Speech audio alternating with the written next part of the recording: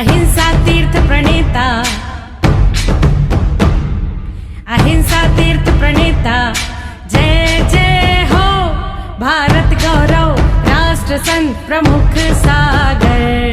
स्वर्णिम स्वर्ण जयंती का अवसर ये महान है, मिलकर हम मनाएंगे गुरुवर देश की शान है प्रमुख सागर। जय हो गुरुवर प्रमुख सागर, जय हो गुरुवर।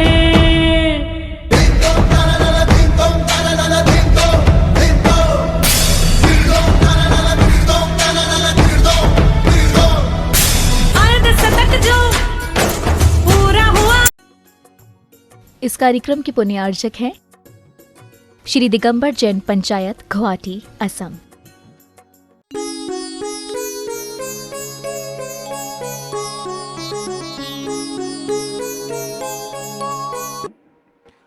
आनंदो निर्दिहत्युद्धम कर्मे धन्मनारतम नाचासो खिद्यते योगी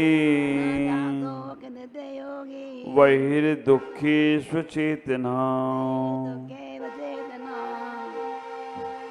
पूज्य स्वामी कह रहे हैं आनंदो निर्दिहत्युद्धम कर्मे धन्मनारतम नाचासो खिद्यते योगी वही दुखेश्व चेतना। आनंद, आत्मा आनंद, अनारत्म निरंतर, उद्दत्तम बहुत से, कर्मे धनम कर्मरूपी ईंधन को, निर्दहति जलाता है। कह रहे हैं और वह दुखेश्व चेतना, वह दुख पर से उपसर्ग आदि दुखों से, अनभिज्ञ असो योगी वे योगी आत्मध्यानी ना खेदते भेद खेद खेद नहीं होता है। पूज्य स्वामी यहाँ पर आज आत्मा के आनंद की बात कर रहे हैं। बाह्य सुख तो तुमने कई बार लिया, बाह्य सुखों में तो कई बार रमी हो, बाह्य सुखों को कई बार प्राप्त किया है, लेकिन आचार्य आज पूज्य स्वामी यहाँ कह रहे हैं कि जिसने आत्मा का सुख प्राप्त कर लिया, आत्मा का आनंद प्राप्त कर लिया, वो कर्मों को जलाता है। अब आप विचार करके रखना, आत्मा का सुख प्राप्त होते ही कर्म जलने लगते हैं। यहाँ पर आचार्य कह रहे हैं सुख वाले आंसू कितना निकलते झरझर हैं, झरझर हैं, लेकिन आंसू तो वो हैं, लेकिन सुख के आंसू हैं, उनमें संताप नहीं है, उनमें दुख नहीं है, उनमें पीड़ा नहीं है, न तुमको दुख होता है न दूसरे को दुख होता है, दोनों को खुशी, प्लेजर, इट्स माई प्लेजर का। आप विचार करके रखना, एक आंसू वो हैं जो तुम्हें भी दुखी करते हैं और दूसरे को भी दुखी करते हैं, और एक आंसू वो हैं जो तुम्हें भी खुश देते हैं और दूसरे को भी खुशी देने का प्रयास करते हैं।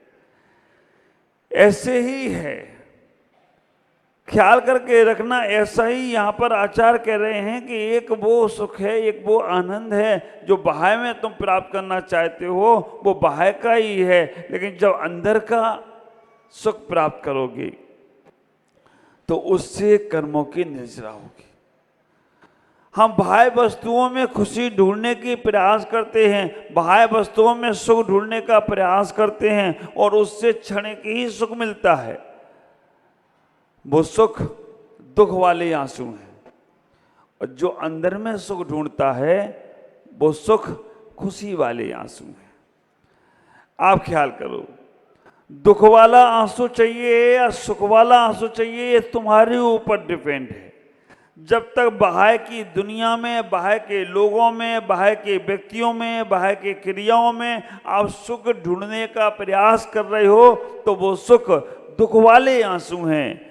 और जब इनसे परे हटकर, इनसे हटकर निज में सुख खोजने की कोशिश करोगे तो तुम्हें सुखी के आंसू होंगे, और वो इतना आनंद देने वाले होंगे कि जिसका कोई परावर्त नहीं होगा। अगर कहीं अपना मिलेगा तो कहीं पराया भी मिलेगा, कहीं संसार है तो कहीं मोक्ष भी है, कहीं निरोध निगोध है तो कहीं निर्वाण भी है, कहीं पुण्य है तो कहीं पाप भी है। आप विचार करके रखना, संसार में कहीं सत्य है तो कहीं झूठ भी है।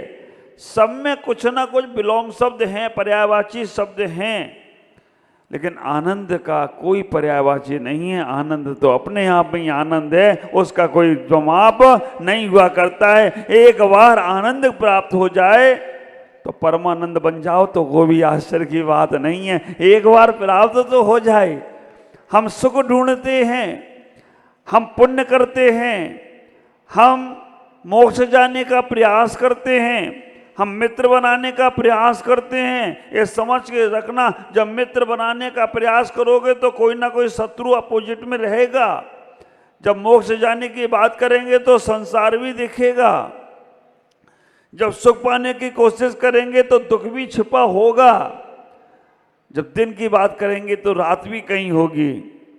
लेकिन एक ही शब्द है, आचार्य ने सबसे पहले कह दिया, आनंद हो। इसका कोई पर्यायवाची नहीं है, इसका कोई जोड़ तोड़ नहीं है, इसका आनंद ही अलग है। और आप विचार करके देखना, कहते आनंद आ गया, उनका मतलब ही नहीं है आनंद, मत जानते ही नहीं है। आत्मा का विषय है आनंद और शरीर का विषय है मजा।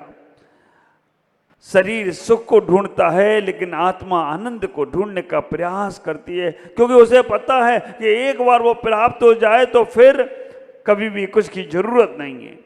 और आप ख्याल करना, उस आनंद को प्राप्त करना है, उस खुशी को प्राप्त करना है, उस सुख को प्राप्त करना है जो आत्मिक सुख है। अगर उसे आपको प्राप्त करना है तो आप सुख का उल्टा ढूंढो। सुख का उल्टा करोगे तो क्या होगा? शुद्ध सुख शब्द जो है, अगर उसको देखेंगे तो सुख में दो अक्षर हैं, सु और खा, सुख। अब इसको उल्टा करो तो क्या आएगा? खा और सा। ऊ की मात्रा है ना, खू पे लगा दो और खू पे लगाकर पीछे सा बैठा दो तो क्या हो जाएगा? ख्याल करना, जो आदमी सुखी रहता है, जो आदमी खुश सुखी रहना चाहता है, वो इतना ही ख्याल करे, वो खुशी प्राप्त करने लगे। अगर तुम खुश रहना सीख जाओगे तो तुमसे ज़्यादा सुखी और कोई इंसान नहीं रहेगा। अगर तुम्हारे अंदर खुशी ही नहीं है, ख्याल करना, बीमारी किसको ज़्यादा पकड़ती है? जो कमज़ोर होता है। जो थोड़ा सा कमजोर हुआ, सर दुखा, बिस्तर पे लेटा, तो बीमारी कहती, ऐसे आदमी को तो मैं ढूंढ ही रहा था कि मैं आऊं और ये बिस्तर पकड़े, है ना। थोड़ा सा किसी ने कह दिया और मन खराब कर लिया तो वो आदमी तो यही तैयारी में था, मेरी बात पहुंच गई डायरेक्ट इसके पास। अब ये आदमियों ने सूत बना रखा है टेंशन लेने का नहीं। हाँ बोलो ना आगे का। आप विचार करके रखना, टेंशन लेने का नहीं, टेंशन देने का। और हमें ये नहीं समझ में आता, वो मूर्ख आदमी को यही नहीं पता है कि वो टेंशन जो दे रहा है ना, उसको भी ये टेंशन है कि सामने वाले ने टेंशन ली कि नहीं ली, और नहीं ली तो वो खुद टेंशन में पड़ा है आज तक। ख्याल करो, तुम खुश हो जाओ। तुम दूसरे लोग तो सताने का प्रयास करेंगे, उन्होंने तो सोच ही रखा है, क्योंकि हमें असुर जाति के देव बनना ही होना है, हमें तो उस नारद की पर्याय को प्राप्त होना ही होना है। लेकिन दूसरों को जितना सता लें उतना ही और अच्छा है। तो ऐसे धवल सेठों से, असुर कुमारों से, नारदों से अपने मन को संकलित मत करो, क्योंकि आचार कहने का प्रयास कर रहे हैं, तुम अपनी खुशी बांट देते हो उनके लिए जिनका कोई धुरी धरोहर नहीं है, जिनका कोई अस्तित्व नहीं है, जिनके पास खुद का कोई वर्चस्व नहीं है, जिनके मन में खुद की स्थिरता नहीं है, उनके लिए तुम अपनी स्थिरता छोड़ रहे हो। जिनने सुख पाया ही नहीं है, उनके लिए तुम अपना सुख छोड़ रहे हो। ख्याल करो, मुझे पता है संसार में ये सब चीजें केवल शब्दों तक सीमित हो जाती हैं, लेकिन मैं कहना चाहता हूं शब्दों से भी आगे कुछ है। अभिप्राय, भाव, और अभिप्राय और भावों पर चले जाओ तो आपका जीवन बहुत बहुत आनंदित होगा। माँ भी कहती है अपने बच्चों को, मर जाए तो अच्छा होता। जब माँ को तो बच्चे सताते हैं या चला जाए कहीं, पति भी कभी बार पत्नियों को बोल देते हैं कि देखो तुम अब कुछ गड़बड़ करोगे तो ऐसा हो जाएगा। पत्नियां भी पतियों को बोल देती हैं, लेकिन उस अभिप्राय को समझने का प्रयास करो, उस भाव दशा को समझने का प्रयास करो कि जो किस भाव से ये कहा जा रहा है, कर्म बंद उसको ही होता है जो भाव में बिगड़ता है। द्रव्य के शब्द एक तरफ हैं और भावों का विचारधारा एक तरफ है। अच्छे शब्दों को कहने के वाला अगर भाव खराब रखता है तो ख्याल करके रखना, उसके अच्छे शब्द किम पाक फल के समान है। किम पाक फल को आपने देखा, अच्छे बहुत लच्छेदार बातें कर रहा है, बहुत तुम जैसा कह रहे हो वो तुम्हें भी गधे को भी बाप बनाए जा रहा है, बड़ी बड़ी प्यारी बातें कर रहा है, और अंदर देखा जाए तो क्या है, गधे की लीद को देखना, कभी गधा जो मल करता है ना ऊपर से बहुत चिकना होता है, लेकिन अंदर देखो ना तो इतनी बदबू मारता है पूछो ही नहीं। किम्पाक फल होता है, ऊपर से तो अच्छा दिखता है, लेकिन कोई मुंह पे रख ले तो 2 मिनट में ही सच्चा हो जाए वो। इसलिए आप उन बातों में फंसिएगा नहीं जो तुम्हारे हित की बातें नहीं हैं, कहाँ भले ही लच्छेदार बातें हों, भले ही कैसी बातें हों, और आप विचार करके रखना। आचार्य कह रहे हैं बाहर की वस्तुओं में तो बहुत आनंद ढूंढ लिया, अब अंदर की वस्तुओं में आनंद ढूंढने का प्रयास करो, अंदर की उपलब्धियों में जाने का प्रयास करो। होता है माँ बच्चे को जन्म देती है, तकलीफ होती है, आप विचार करके रखना, 1 किलो का पत्थर पेट पे बांध के किसी पुरुष से कहा जाए चलो एक घंटा पेट पे 1 किलो का पत्थर बांध के चलो, 1 घंटे में उसको पसीना आ जाएगा। हाँ, और अगर 5 किलो सोना पहना दिया जाए तो, हाँ आप ख्याल करके रखना, 5 किलो सोना, यहाँ पे भी बड़ा, यहाँ पे भी, हमारे आलोक भाई आते हैं ना, कोई वजन नहीं मालूम पड़ता उनको कितना भी है, अगर उतना ही फालतू की चीज दे दी जाए, पत्थर लटका दिया जाए, इतना वजन लगेगा कि ऐसा लगेगा कि क्या पहना दिया है ना। बेड़ियाँ पहना दी जाए तो बड़ा दुख है, लेकिन सोने की चेन पहना दी जाए, सोने के कड़े पहने जाए तो वजन नहीं मालूम पड़ता है। माँ को अगर इनको विचार करके रखना। घटना घट गई एक बार, एक पति अपने पत्नी के लिए जेवर बना के लाया और खूब भारी भारी। पत्नी ने कहा कि किसके लिए लाए हो? उन्होंने कहा तुम्हारे लिए लाए। पत्नी बहुत खुश हो गई, वैसे नाराज ही रहती थी। खुश हो गई तो खुश होने के बाद उसने सारे जल्दी जल्दी पहन लिए। पहनने के बाद कैसे लग रही हो, अच्छा है, ये है, वो है, ऐसा वैसा करके खूब बातें हो गई। थोड़ी देर बाद बड़ी खुश थी, उतना खून बढ़ा होगा उसका पूछो ही मत। लेकिन थोड़ी देर बाद उस पति ने कहा ये सब नकली है, पानी चढ़ाया है सोने का। कहाँ गया सुख? ख्याल करके रखना उनका, वो सब पत्नी का एक पानी का गिलास उठाने में हाथ में लचक आ जाती थी और 250-250 ग्राम की कड़ी पहन के वो घूम रही मस्ती से। तो जैसे ही मालूम पड़ा कि सब नकली है, उसी वक्त उसका सुख खत्म हो गया, उसी वक्त उसे दुख प्राप्त होने लग गया। तो ख्याल करना, ये सब बाह्य में रम रहे हैं उनके लिए है। जो बाह्य वस्तुओं में, बाह्य व्यक्तियों में रम रहे हैं, उनमें सुख ढूंढ रहे हैं, उनमें उनको ही ऐसा संताप होता है, उनको ही ऐसा आनंद बरसता है, मजा आता है, सुख मिलता है। लेकिन एक बार जिसने अंदर का आनंद ले लिया ना, खूब आंधी आए, खूब तूफान आए। मैं जब से यहाँ आया हूँ गुवाहाटी में 2 बार भूकंप आ चुका, और ऐसा ऐसा भूकंप आया मेरे कमरे में ही हिलने लग गए। तो माता जी बैठी थी, वो कह रही महाराज जी बैठी थी, वो कह रही महाराज हिल रहा है ये तो। हाँ, 2 बार आ गया। और इसीलिए आप लोगों को भी लगता, मेरे को भी लगा था, ये क्या टीन सेट बना रखे हैं, इनमें क्या होता है, सब कभी पहली बार चातुर्मास टीन सेट में हो रहा है। लेकिन यहाँ का ऐसा ही कल्चर है, क्योंकि भूकंप आया और वो बड़ा वाला सेट पड़ा होगा ना, तो बेटा बचोगे नहीं। टीन सेट में कम से कम हाथ पैर निकाल के निकल तो जाओगे। तो यहाँ पे गुवाहाटी का, आसाम का ऐसी बिल्डिंगें बनती हैं यहाँ पर। मैं आपसे कहना चाहूँगा, बाहर की दुनिया तो बहुत देख ली और बाहर में बहुत सुख खोज लिया और बाहर से ही तुम्हारा मतलब है, क्योंकि नाता उसी से जुड़ा है। अभी हम अंदर पहुंच नहीं पा रहे हैं, लेकिन एक बात का इतना एहसास कर लो, कम से कम इतना ख्याल कर लो कि जो हमारे अंदर में है वैसा सुख कभी मिलने वाला नहीं है, और वो सुख प्राप्त करना है तो एक बार अंदर की ओर जाना पड़ेगा। इतना ही ख्याल करो, और ये मनुष्य पर्याय से ही जा सकते हो। तिरंचों में जाकर तुम सोचो कल्याण करें, पॉसिबल नहीं है। देवताओं में तो तुम सोच भी नहीं सकते हो, और नारकी में तो सोचने के पहले ही तुम्हारे 36 टुकड़े कर दिए जाते हैं।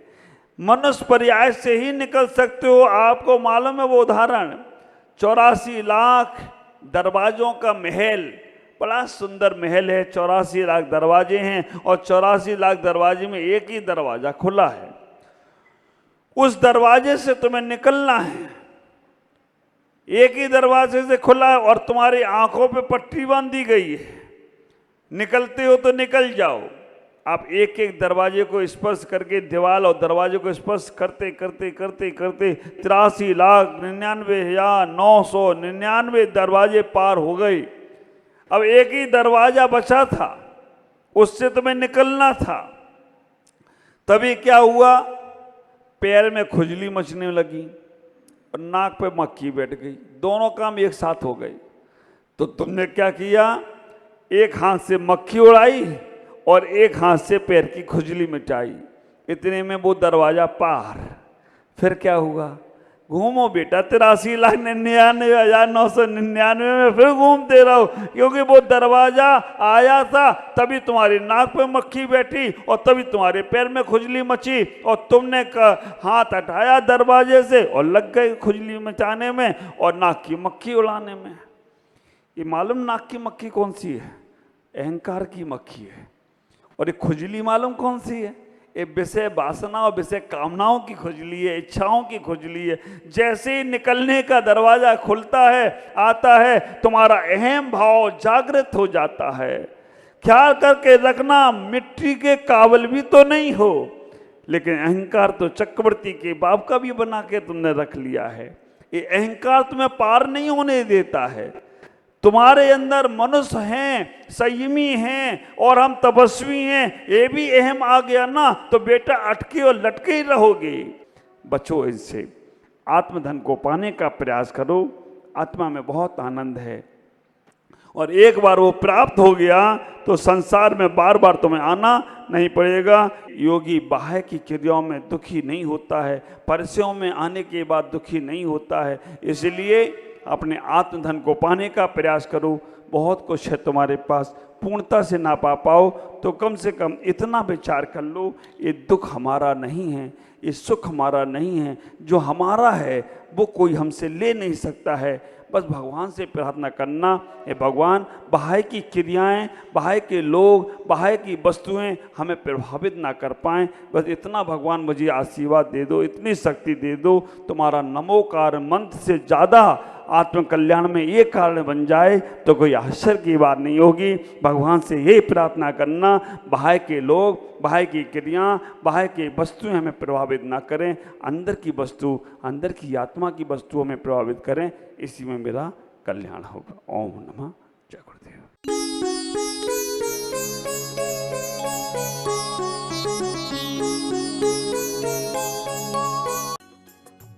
इस कार्यक्रम के पुण्यार्चक थे श्री दिगंबर जैन पंचायत, गुवाहाटी, असम।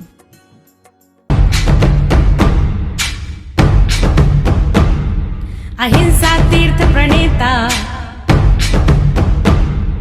अहिंसा तीर्थ प्रणेता, जय जय हो भारत गौरव, राष्ट्र संत प्रमुख सागर, स्वर्णिम स्वर्ण